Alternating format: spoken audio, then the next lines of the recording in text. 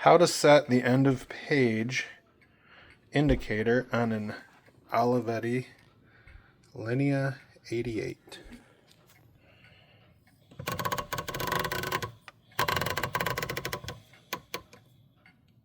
Behind me I have a newly acquired Olivetti Linea 88, and I noticed that it came with an end of page indicator, and I thought I would Google it to see exactly how it worked.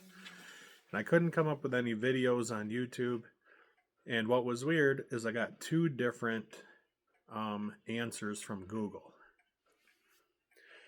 When I first Googled Olivetti Linea 88 end of page, I get an AI overview that says the Olivetti Linea 88 is a heavy-duty desktop standard typewriter manufactured in the late 1960s and early 1970s, which lacks automatic end-of-page indicators, relying instead on manual, physical margin, and paper settings. So I thought, well, that's weird. It has an end-of-page indicator right here, and Google is telling me that I need to rely on other methods. So I Googled this instead. Olivetti Linea 88 end-of-page indicator. And the AI overview says, the Olivetti Linea 88 uses a mechanical page end indicator, or PEI, typically a transparent card holder or a dial near the platen, that you set your paper length, e.g. 11 inches, to show remaining space by aligning it with markings on the carriage cover as paper feeds. To use it, insert paper, align its top edge, then adjust the PEI dial, often by turning the right platen knob to match the paper length, and it will then indicate how many inches are left before the bottom of the page. Well, that was closer, but when in doubt, pull a piece of paper out and test it for yourself. So that's what I'm going to do here now. Here's the end of page indicator, as I was mentioning.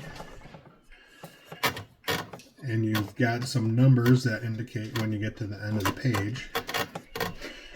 And then there's this S. So I'm assuming the S is for how you set it. I also did a little Googling to figure out what this little flat metal plate is called. And per a Smith Corona, I believe it was, diagram, this little flat table was called an eraser table. Here's a standard 8.5 by 11 sheet of paper. And I'm going to measure 1 inch down from the top, just so we can see exactly where to line our top, I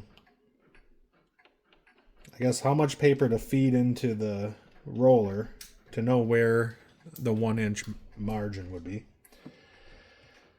And then we've got 11, so we'll put a mark at 10 inches so we know where the end of the page is going to be. What I found is that if we put the S right in line with the eraser table, and then I've got my sheet of paper with the 1 inch line at the top and the 1 inch line at the bottom. So I'm just going to feed this in.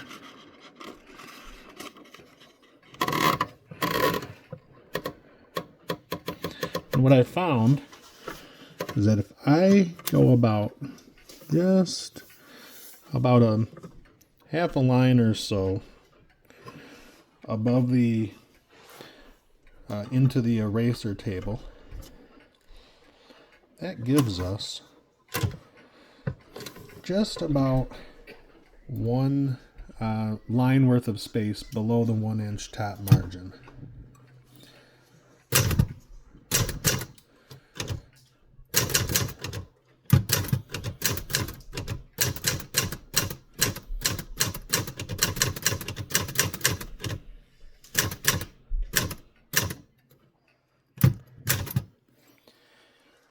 There you go. We have probably maybe a half a line over, so maybe instead of just overlapping the eraser table, right in line or one click or a half a space below the eraser table there.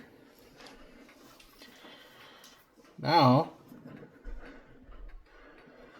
if we keep an eye on the end of page indicator,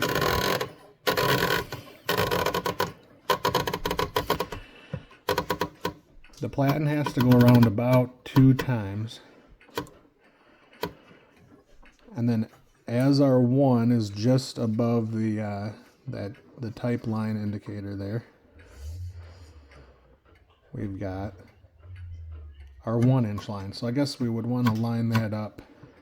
And my paper came out, but line that 1 inch up with the bottom of our line that we're typing on, and you will have 1 inch of space to the bottom of your page for a 1-inch bottom margin. There you go. Thanks for watching.